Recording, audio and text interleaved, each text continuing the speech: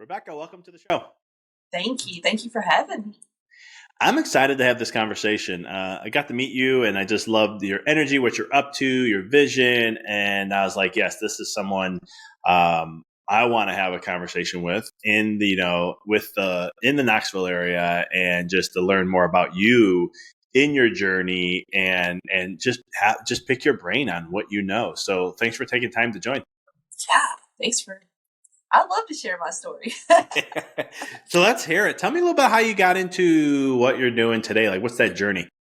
Right on. So right now I'm currently an acupuncturist. And I have a full clinic of several acupuncturists and massage therapists and hypnotherapy. And I started out in massage about 20 years ago. I've been practicing. And the funny thing is how I got into massage was I worked as a sales coordinator at a hotel in Memphis, and all the people were all stressed out, right? And so I would just kind of rub their shoulders a little bit, and they're like, "Man, you should do massage," and I was like. And so when I moved to Knoxville, Tennessee, I decided to kind of dive into it. 6 months training. If I'm terrible at it, no big deal. It's just 6 months. But the first day of school, I was in my element. I knew I was in the place that I was supposed to be. And then fast forward a little bit, I ended up working at a chiropractor's office for about 8 years. And I do give them a lot of credit because they were excellent teachers and really taught me how to understand how the body works and why certain areas are tight and why other areas are not. And this is the cross patterns they talk about, the instabilities and such.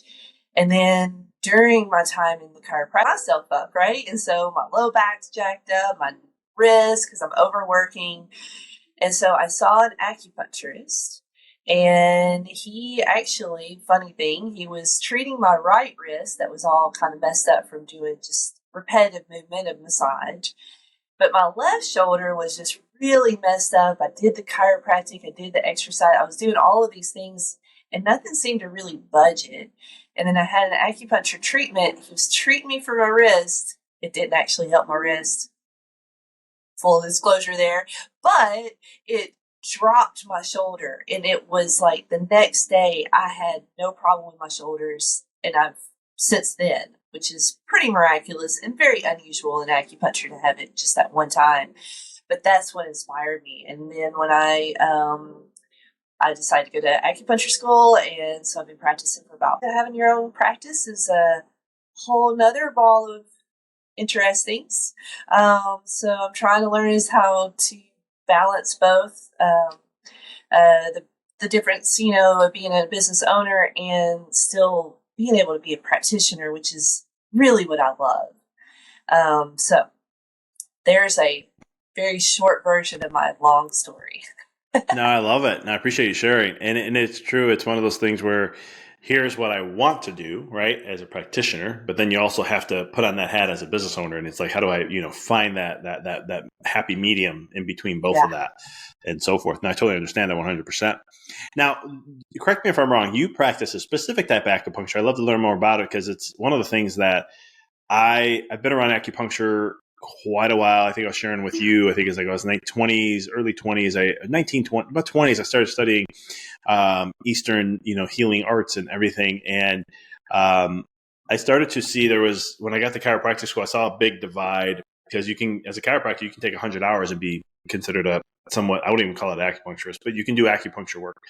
And it was one of those things where I was like, that's more treatment-based type of a model based on what I studied, and especially like the Tao approach. And when you look at like blood pulse, the pulse or the tongue, and evaluating it from that perspective, can you elaborate more on that and more in depth? Because that's kind of something that you don't like. Even I'm from Illinois, and it's like one of the things that that's hard to find in Illinois. And then of course I meet you not even knowing, and then you brought that up, and I was like, okay, this is where I need to be. This is where I need to this is the person I need to be connecting with. So I'd love to elaborate more on it. Yeah. So are you asking about like the basis of kind of where acupuncture is it's That under approach, things. the Tao, is it, it's called the Tao Taoist. approach, right? Taoism, right? Yeah. Yeah, So can you talk a little bit about that approach sure. compared to, or just that approach and how you do it? Sure. So I come from a classical Chinese medicine school, and a lot of acupuncture has it's based out of the understandings of Taoism, what they call Taoism. When I'm trying to explain it to people in the West here, I'm like, it's like pagans, right? We hear pagans. Unfortunately, there's a bad thought around pagans, but really, if you just break it down, it's the observation of nature. And so you can break it down into 5 elements. And so that's the natural elements of the world, right? You got the water, fire, earth, metal, wood. I had to think about them. And so it's how, when they observed nature and how the seasons, right? There's different characteristics in your seasons. So right now we're coming out of the winter. Obviously, we're coming into the spring aspect. We've got a warm day here today. It's going to be 60 degrees. And then next week we'll be in the high in the 40s, right? And so that's very spring like, which is very volatile. So it has a lot of windy type of attributes to it. And so what they figured out was like, okay, there's certain organs that kind of behave in this manner.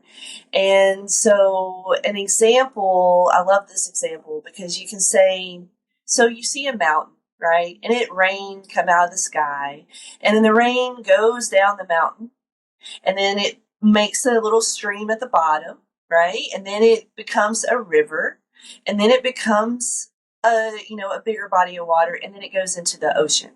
And so they figured out that water goes downward. So that's the action of it. So that's very what we call the kidney energy, the kidney and the bladder. And that makes sense because what processes through the kidney and the bladder? Water, right? Or urinary stuff, right? And you urinate. And so that is very watery. And so you see swelling in the ankles. In Western philosophy, we like, oh, there's something to do with your blood pressure, right? And so that it going downward is an action of, oh, the kidneys aren't working as well as they should. And that's from our point of view, is like, oh, we need to add some more energy into the system for it to just to balance out. And trying to see how you can balance it wherever there's something in excess, you're like, oh, let me take the energy out of that excess and put it into here, and then they will balance each other out in that way. So, I love five that. element conversation is a long conversation, but I'm trying to kind of get a little idea. No, I think I appreciate the example there with the kidneys and water. I mean, I love the simplicity of it because it's just like, oh yeah, it's related to the kidneys and bladder. Oh, this is what's going on here. That means this, and we just shift that energy this way, and it'll help create more balance in that area. And then the system just does what it needs to do to clear that out and get it back to a more, I don't want to say balanced state, but regular state or more optimal state. Optimal is the word Right. maybe I like. When it comes to that, and you do that, you can determine to see what is showing up through the pulse. Correct? Yeah. So the pulses are an amazing tool, and it's pretty much our major tool. First, when you come into the office, you kind of tell me what's going on. I'll ask you a bunch of questions for symptoms and such. But I hear all the things that they're saying, and then I'm like, okay, what are the pulses saying? Because the pulses are going to tell you way more than a person. So we use the radial pulse of the thumb right through here, and how we look at it is there's 6 organ systems in each arm. And so there's a superficial at the top, and then you go deep, and that's another system. And so you can feel the different organs and how they're working. And then that tells us, like, there's so much texture difference, whether it's big and fat or if it's really tight and little tiny skinny feeling. The pulses are an art. And the first day we were in school of our 4 years of practice, or the 4 years of school, we started practicing pulse taking. And the first year is just trying to figure out what you're feeling at all.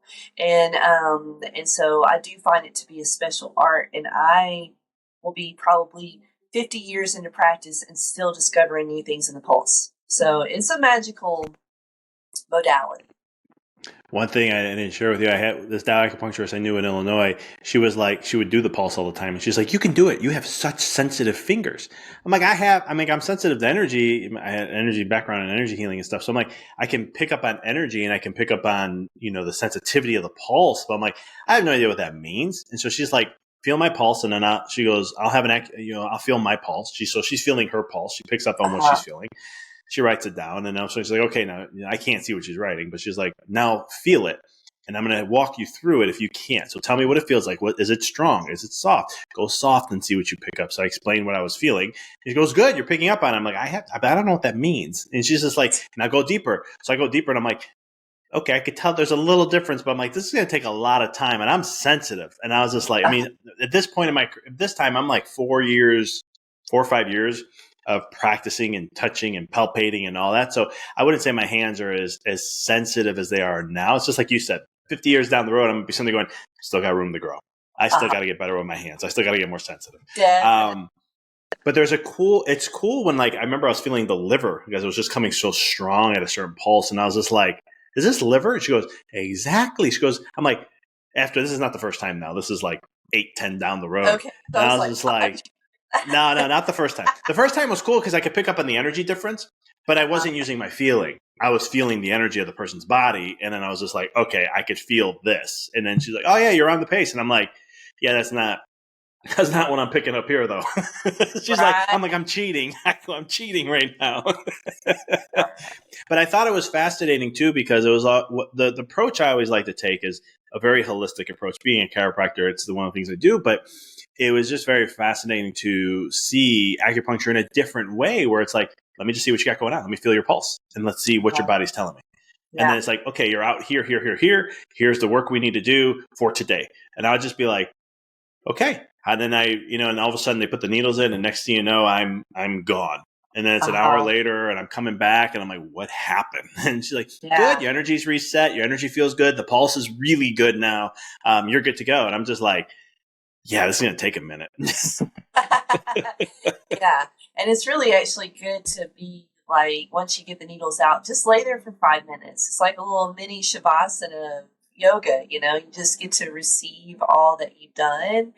And the interesting thing to speak to your sensitivity is that our first class in school was Tai Chi.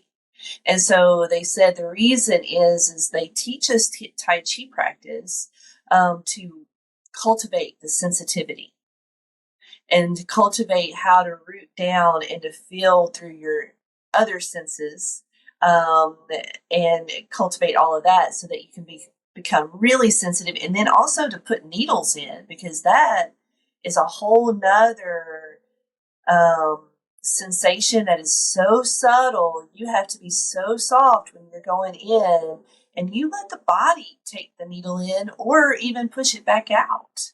So that's a fascinating phenomenon that probably we'll never really be able to figure out.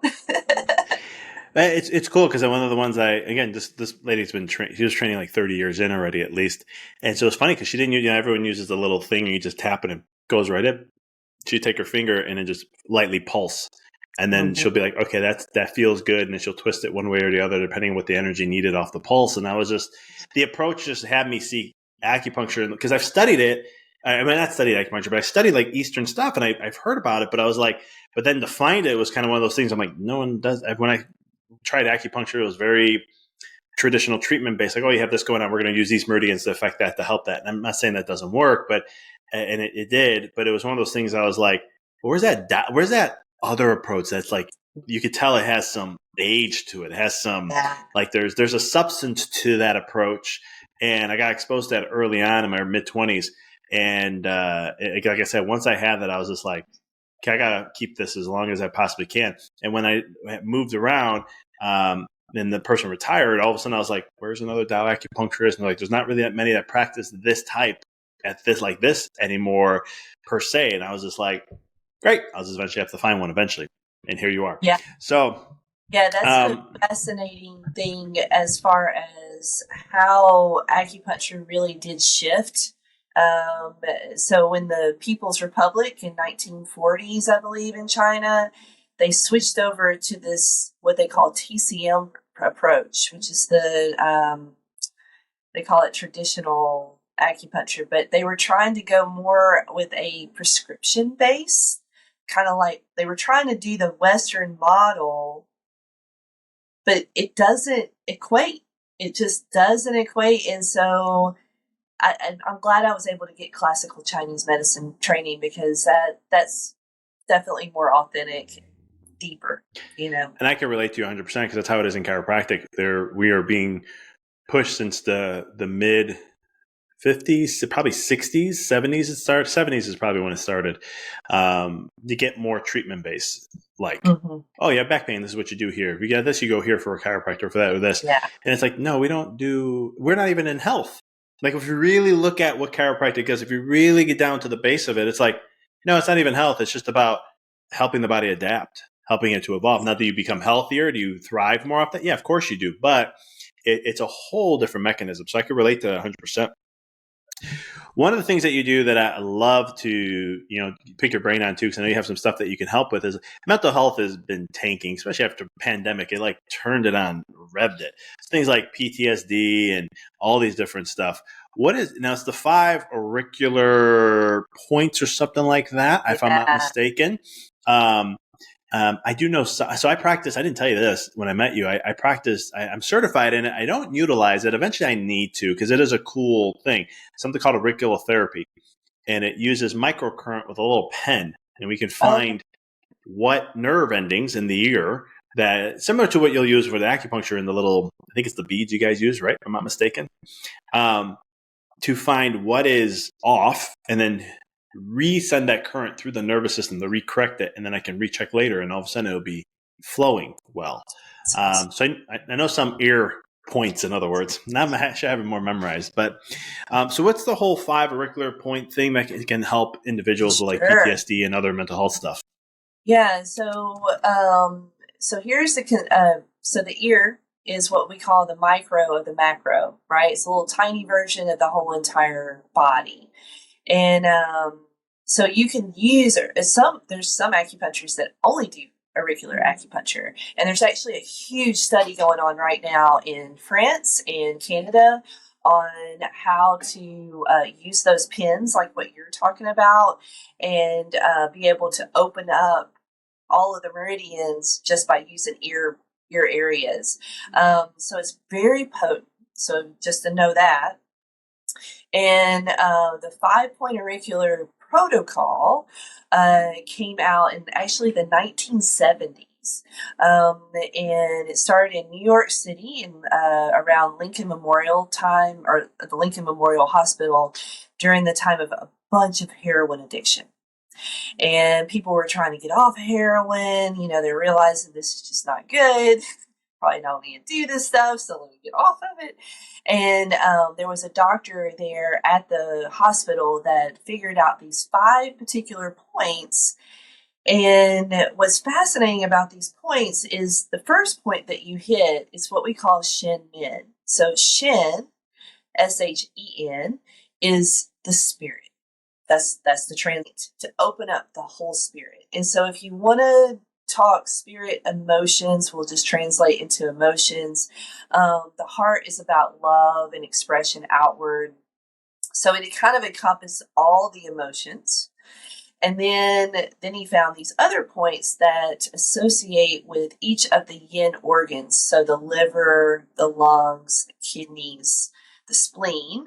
They also call that one the sympathetic one. So I think of the sympathetic nervous system, right? And then because I think the vagal nerve comes out of the ear, one of the branches. And so this is how it works. And you can look into polyvagal theory and all of that kind of stuff. It all aligns with this same concept. And so in the spirit of this, they offered it for free. They opened their doors, they put out chairs, they put all of these points in each of the ears. And so what they found, it really helped with some of the side effects of getting off of these drugs. And so like the itching, the insomnia, the emotions that come up with letting go of something, all of that. And so they thought at that point in time, oh, this is a great detox treatment. And we can help people get off of drugs with this treatment. How fantastic is that? And then let's fast forward to 2011. 2001. We all know what happened in 2001, right? Devastation, PTSD out the wazoo, right? So Lincoln Memorial again opened their doors to all the first responders that saw everything that was horrid that happened on that awful day, right? And they found that it really helped with the side effects. That anxiety was going down, their depression was okay. They didn't find that they were crying every 5 minutes after experiencing this horrificness that we all experience. But they saw it firsthand where we did not, right? And so they were like, oh, these 5-point auricular, these 5 points put together really balance out the whole emotional system. And we know most drug abuse is self-medication, right? You're struggling with depression. You're struggling with these things.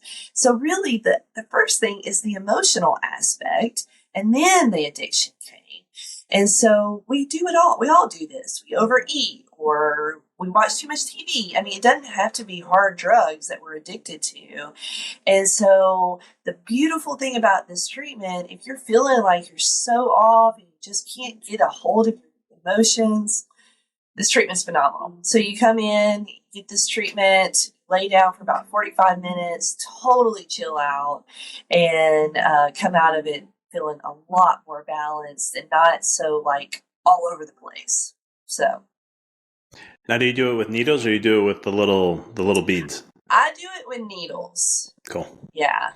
Love it. And I mean, if I was mobile, I would do, like, if I just wanted somebody to walk away with a seed, the cool thing is you can put the seeds in and they'll stay for 2 or 3 days. So sometimes I do that. Love that. It's great. I love the Shen Men, right? Yes. Point. Yeah, I love that point. That's one of my favorite, because there's three that I know of that you hit this. They're almost like a triangle in the ear. And I think it's part of the 5 actually, because with some of the ones you were mentioning, I'm like, yep, it's that one. Yep, I remember that one. And I think there's one more, and I think it might be all 3. I just don't remember, I haven't memorized. That you can just, if somebody's stressed, you just activate those 3 points, and it will mellow them out. They'll just get them to be calm, chill, and this stuff works. It's crazy. I mean, because like the guy who I studied the stuff from, it's the same guy who actually created the technique that I use for adjusting. It was kind of interesting. Like, he's just one of these brainiac geniuses, and he's just like the way he looks at things. And but he would talk about like he's like, you can access everything, because with the vagus nerve, the cranial nerve 8 and 9, it's all the endpoints of the body in the ear from the nervous system. So you got the end nerve fibers all there. And what I found was, and I know you know this already, but I found that was fascinating, because I'm like, oh, cool. So they're just activating different endpoints that it's an entry point into the nervous system to change a frequency that then can all of a sudden alter something else. And it's like, he goes, exactly. I was like, you're speaking my language now. Now I understand exactly what we're doing here. Yeah, because nerves is your business. Yeah. It's so cool though, because you're talking about with the drug stuff, it makes perfect sense. In his research, he practiced in Florida. He worked with, and I'm going to mess all this up, I don't know who, I forget, Napolitano or something like that. Somebody was going to, before their political career began, they were looking at people who did drugs, and they were looking at the recurrence rate of them coming out of jail and how fast are they back in jail from the same thing they got caught with. So I think it was like 70 something percent or 80%. It was a high number. He ran it with her, and he did chiropractic and auricular therapy. That's it. After a year, they all came out, they all got these treatment, all this work. A year later, the recurrence rate getting back in jail was only 3%. Damn.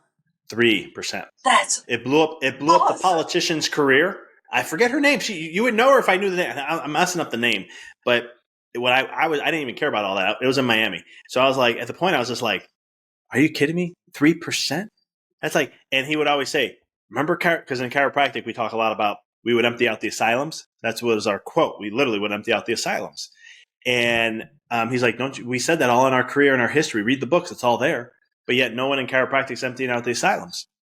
He goes, this is how we do that. And he was explaining neurology and all this stuff. And I was just like, love that. So just want to add the auricular side with what you were sharing there. That's so phenomenal. I mean, that's huge. And how cost effective is that? It's not a lot of cost. It's a game changer. I mean, you're looking at, let's say 70%. That's 30, is that 20 something times? So like 23 times, 22 times reduction. When you're looking at that, I mean, that's astronomical. And look at the cost on the economy, or the public, and X, Y, Z. Taxpayers' money, all of this kind of stuff, especially since you got prisons going private. And that's a whole nother it's a whole other conversation. Go on, but if we were able to like keep 23% back out of jail, I mean, it's crazy. And so that's what I love about the auricular error part. It's just to add to that mix, is because it can in so many ways, and I've had it done so many different times. I love, although the needles in the ears are just, that's fun. That's fun for me. Yeah, it doesn't. But afterwards, I'm kind of like, wow, yeah, that does it. I love it. So I love it. I was just talking to another acupuncturist, and he's a big neuro guy. Like studies, he's definitely a researcher and a constant learner, and he's been in practice for 50 plus years here in town. And he was telling me this research is most all of the acupuncture needles or acupuncture points are all along nerves. So it is strictly manipulating the peripheral and the central nervous system. And but neuros can't explain how it really works, but it is connected to the nervous system, which totally makes sense, I used to, so when I had an acupuncturist who was in my office, if anyone was going to work in my office as an acupuncturist in my old office in Chicago, I'd always sit down and tell them, I said, now explain to me the meridian system. And they'd be like, oh, it's this. I'm like, okay, I got it. Where does the meridian system derive from? And they'd always be like, well, it stems off the energy systems of the body. I'm like, no. Just, I'll go, let's make this a little easier. I go, you have a big river. Those are your nerves. And you have all these branches that come off. That's your meridians. And I go, you're accessing points to get to change the neurology. I said, I would tell them that because I want them to understand we're as a cohesive unit. So it's like, here's chiro, here's what I'm doing. I'm affecting the big river. You're working on all that peripheral stuff to help in that process, whatever that you're finding, whatever that you're doing. And at the end of the day, we're working together to help the totality of that be as best as it possibly can. But yeah, it's all neurology. I mean, in the needles, I'm curious to see, because I know there's frequencies to it, and the nervous system is all frequencies. So like, for example, the technique I practice. So when we look at like a miscommunication in the spine, which we call a subluxation, that's a derivative of 64. So 64, 128 hertz, 256 hertz, kind of the ones you kind of know already. That's a disturbance to the nervous system. And then when we make adjustments, it actually resets the frequencies back to the derivatives of 5, 10, 20, 40, 80. That's a normal functioning frequency. So, because when I can talk things in frequency, for me at least, then it's like it removes everything and just says, yep, frequency and energy is all things. And if we can shift the frequency of something, we're changing the energy of something, which means they've studied the whole body looking at it from this perspective. So you can look and see like, yeah, this is what we're shifting that energy to change. So I know it has to do something with frequency. I just don't know if anything's out there or someone knows that. Maybe you know it already, but if not, I know it's out there. I know that it has existed in some way, shape, or form. I mean, the study is like neurologists of years and years of study are diving deep into this because they're like, how does this work? And how are the frequencies and they're learning like sound baths and all of these things with different frequencies are healing people. And how is that working? And I think we're only just right there just to start with vibration, right? And sound and how the many ways that vibration can happen. So like what you're saying with needles, there's different ways of tapping the needle and shaking the needle and driving it in a certain direction. And that's going to help move the energy in a different direction. And it's absolutely fascinating. And I just love multiple modalities. Like I was little kid when I first got exposed to chiropractic. And I swear that our whole family stayed healthy because we went to a chiropractor once a month. It was fascinating.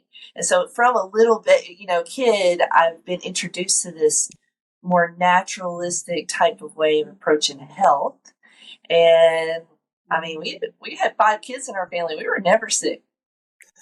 I love So that. I contribute a lot to chiropractic, and I love the combination of massage and acupuncture and chiropractic together, because I don't believe in just one modality as everything. It just can't be. Can't be. There's I always tell people, like, chiropractic is all the end all be all, and it's one of those things that the body, it takes a beat, especially from a conditioning standpoint, from a neurological conditioning standpoint. If it's stress intense and there's stress turned down in that nervous system over time, there's just going to be compensations and imbalances. And I'm like, yeah, chiropractic can do so much, but if the body's stuck in a certain way, it needs help. Like, it's going to need help. Like, it's gone too far where the body the nervous system will help it get to a certain point, but then you need a massage, you need this, you need that to add all to that mix to help it. And that's kind of the viewpoint I have. And in my experience too, when people use other modalities, they get better faster. Yeah. And they stay that way longer. And so it's like, yeah, more the correct ones, I should say, or because I'll say, just add more as you can. It's like, the ones that are needed. That's what's kind of cool when it comes all together. So tell me really quick I want to hear a little bit about community acupuncture. I know you do a little bit of that. I know you're a big fan of that. I want to hear a little bit about it before we kind of wind down here. Okay. So community acupuncture is a little bit of a love of mine. The first day of school, there was a person that actually worked in community acupuncture in Nashville. Never heard of it before. And I'm like, oh my God, what's this concept, And so the concept is to make acupuncture more accessible to more that maybe can't afford private care. And so the concept is that you're in a big open room. So at our clinic, we call it open room acupuncture. And so what you do is you have several chairs in one room, and then, you're taken back in an individual room. What's going on with you? Do you got a headache today? Chief complaint. And then I take you into the open room with other people, and you take their pulses, and then you put some needles in and you let them rest. And there is this concept of healing in groups. There's this beautiful thing about, even when we're not talking, there is a energetic exchange of healing in a room together. That's why I love practicing group exercise like Qigong and yoga and stuff like that, is because you feed off of each other and it's a support together.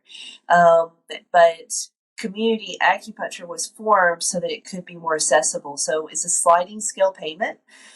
We charge between 30 and 60. You decide whatever you want to pay between those numbers. And if you can't afford that, we're still not going to turn you down. And if you pay $2, I don't really care. I just want you to get better. And so it's a slow start because Knoxville's never even heard of this before. We're slow movers. We're Southern, so we have to go a little slow. But it's a beautiful concept, and it's a way to get acupuncture more often. And I suggest at least coming in once a week and heal with other people. It's amazing. And just to add to that too, I mean, there is a beautiful thing about when you're getting that healing, you're really seeing that energy going where it needs to. Their body's energetically their chi is being more in a balanced state, right? And all of a sudden, now that becomes a chain reaction with everybody. And my just assumption with community acupuncture, I'm just assuming, just what I understand, is probably there's even an elevated healing experience than what it would be maybe even private because of that. Correct me if I'm wrong. It's all individual, but that's what my hope is. I did have somebody that came in last week, and she's like, I really felt the energy of the room. Like, I almost feel like that was even a better treatment than my private one the week before. And I'm like, that's the ticket. That's what I want, right?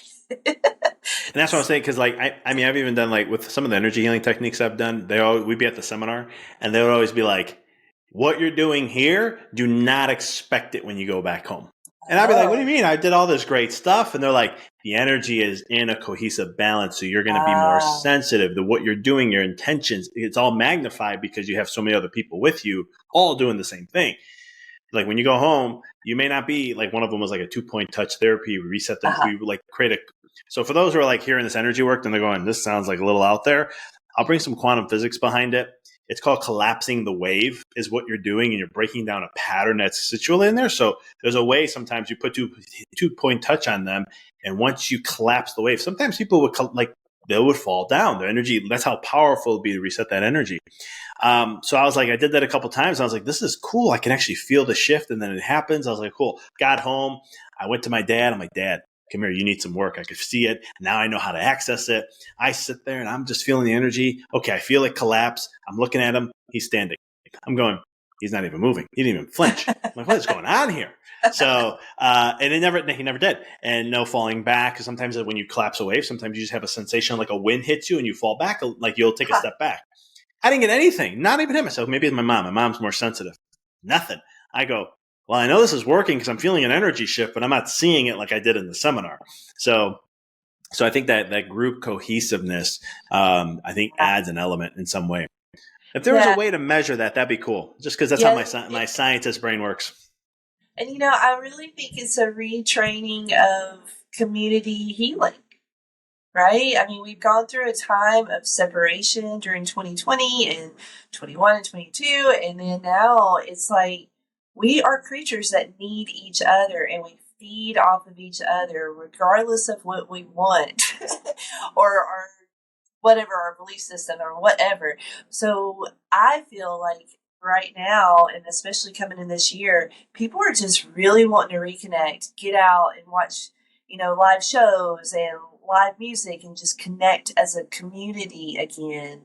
And so I'm hoping to see a lot this year with the community acupuncture. At least I hope so.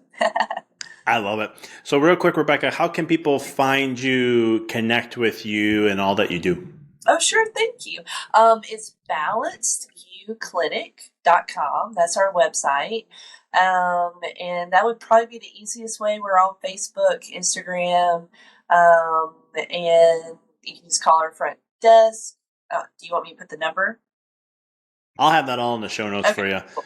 So All I'll right. make sure that what you guys just heard and their Facebook and their Instagram and every way you can contact Rebekah, I'll have that all in there for you guys. Thank you. This was fun. This was a I lot of appreciate fun. you. Thank you. I My first appreciate podcast. you.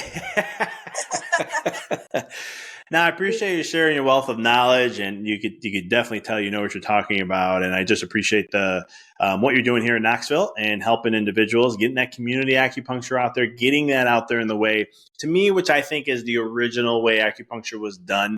That's just my own, I guess I would say, my judgment or my perspective on it, but I really think it's a different approach than what I have seen, and I think Knoxville could benefit. Well, they are, and for having you here and doing those kind of things. So, thank you for what.